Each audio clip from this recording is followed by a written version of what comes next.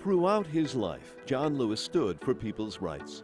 Born on an Alabama cotton farm into a segregated America, he'd not only lived to see an African-American elected president, he would be a major part of making it happen. Tonight we gather here in this magnificent stadium in Denver because we still have a dream. We still have a dream. Lewis, growing up, was angered by the unfairness of the Jim Crow South. He credited Martin Luther King Jr. for inspiring him to join the civil rights movement. And eventually, Lewis would become one of its most prominent leaders. As a student, he organized sit-ins at lunch counters. In the early 60s, he was a freedom rider, challenging segregation at interstate bus terminals across the South. The embodiment of nonviolence, he frequently suffered beatings by angry mobs. Lewis, 23 years old at the time, was the youngest speaker at the 1963 March on Washington. We do not want our freedom gradually, but we want to be free now. Then, 2 years later, led a march for voting rights in Selma. On the Edmund Pettus Bridge, he and the other marchers were met by heavily armed state and local police. They were set upon and beaten, Lewis suffering a fractured skull. It would be forever remembered as Bloody Sunday. The images of brutality shocked the nation, galvanizing support for the Voting Rights Act signed into law by President Lyndon Johnson.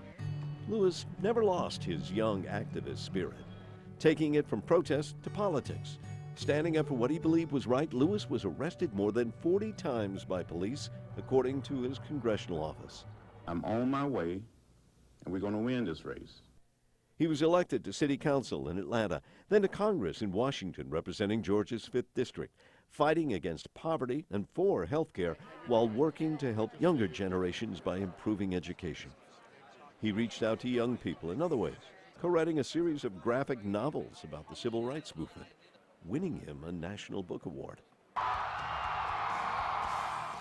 In a life of so many moments and great achievements, it was the achievement of another in 2008 that perhaps meant the most: the election of President Barack Obama.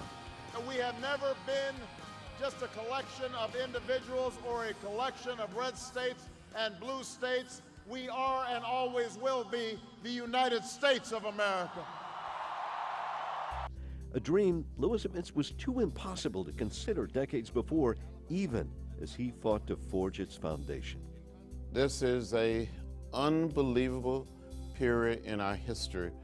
Martin Luther King Jr. will be very pleased to see what is happening in America. This is a long way from the March on Washington.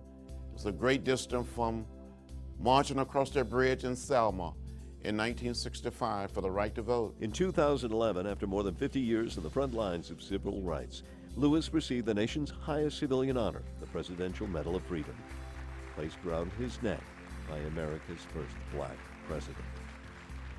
Lewis wasn't content to just making history. He was also dedicated to preserving it. Consider the impetus of the Smithsonian's National Museum of African American History and Culture. And he never stopped stirring up good trouble, as he liked to call it, boycotting the inaugurations of George W. Bush after the contested 2000 election, and vocally opposing Donald Trump in 2017, citing suspicions of Russian election meddling. At a protest against President Trump's immigration policy, the congressman, by then an elder statesman of the Democratic Party, riled up the crowd with words he had lived by as an activist, as a lawmaker, as a leader. We must never, ever give up. We must be brave, bold, and courageous.